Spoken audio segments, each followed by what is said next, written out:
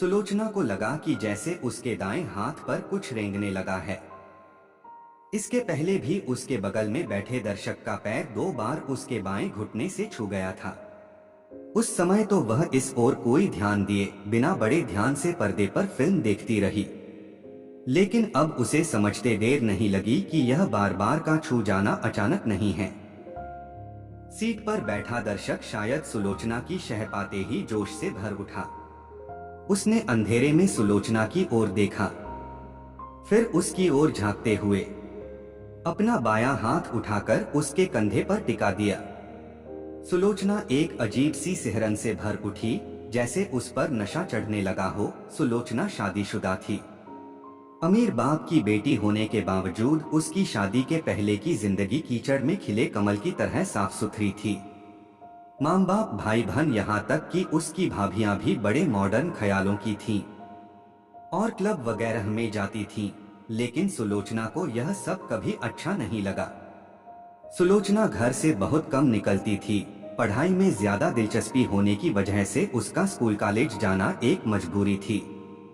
University का माहौल उसे कभी रास नहीं आया, इसलिए और आगे पढ़ने की इच्छा होते हुए भी उसने बीए करने के बाद कॉलेज छोड़ दिया और सारा दिन घर पर ही रहने लगी।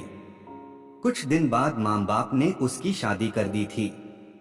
साल भर तक कविता की शादीशुदा जिंदगी बहुत ही अच्छी बीती, लेकिन उसके बाद उसमें बदलाव आना शुरू होने लगा। सुलोचना खुद भी अपने अंदर होने वाले इस बदलाव से परेशान थी।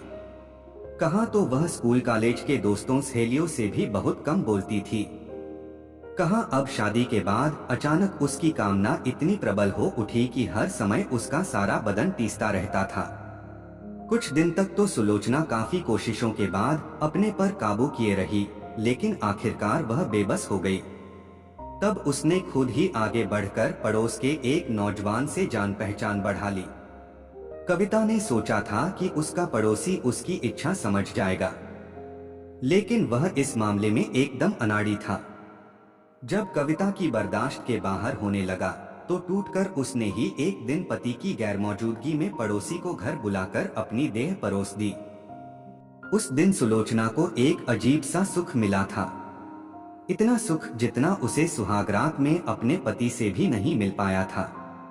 इस सुख को बार बार भोगने की ललक में सुलोचना अक्सर उस नौजवान से मिलने लगी, लेकिन उसके मन की प्यास खत्म होने के बजाय बढ़ती ही जा रही थी।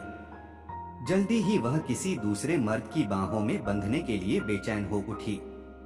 इसके बाद तो जैसे यही सिलसिला बन गया। सुलोचना अक्सर किसी नौजवान से संबंध बनाती।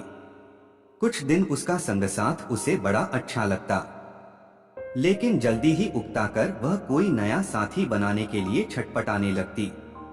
एक दिन सुलोचना के पति विवेक को इस सब की जानकारी मिली तो उसे यकीन ही नहीं हुआ, लेकिन महल्ले के आते जाते नौजवानों की मजाक भरी नजरें जब बार बार छेदने लगी तो उसे बर्दाश्त के बाहर हो गया। एक दिन तिलमिलाकर उसने सुलोचना से इस बारे में पूछा तो वह रोने लगी, लेकिन उसने कुछ भी नहीं छिपाया और अपने मन की सारी बात पति को बता दी। यह सुनकर पति विवेक को गहरा धक्का तो लगा, लेकिन साथ ही उसे यह भी भरोसा था कि सुलोचना धंधे वाली नहीं है। विवेक ने सब्र से काम लिया। सुलोचना को प्यार से समझबूझकर वह सही रास्ते पर लाने की कोशिश करने लगा। सुलोचना ने भी विवेक से वादा किया कि अब वह कभी किसी से नहीं मिलेगी, लेकिन वह तो जैसे आदत से मजबूर थी और अपने तन की भूख मिटाने के लिए वह फिर दूसरे मर्दों की बाहों में खेलने लगती थी। एक दिन विवेक ने उससे साफ साफ कह दिया, अब या तो तुम अपने लफंगे साथियों से संबंध तोड़ लो या मुझे छोड़ दो। सुलोचना को फैसला करने में ज्यादा देर नहीं लगी। उसने विवेक को ही छोड़ देना बेहतर समझा। वह उसी दिन अपना सामान लेकर उस घर से चली गई और अलग रहने लगी। सुलोचना ने ढेर सारे दोस्त बना लिए थे।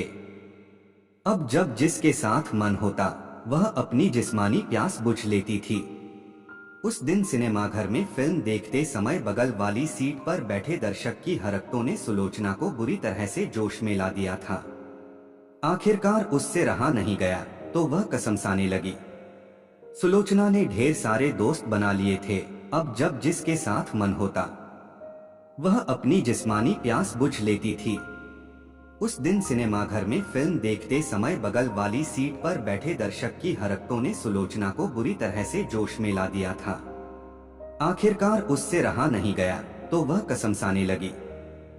अचानक बिजली चली गई। सुलोचना ने फुसफुसाकर कहा, कहीं और चलें क्या? बताओ कहाँ चलेंगे?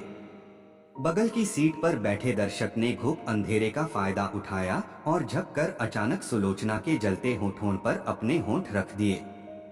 सुलोचना के जिस्म पर हाथ फेरते हुए उस दर्शक ने पूछा, कहाँ चलोगी? अपने घर या मेरे? जहाँ चाहो, वह फुसफुसाते हुए बोली।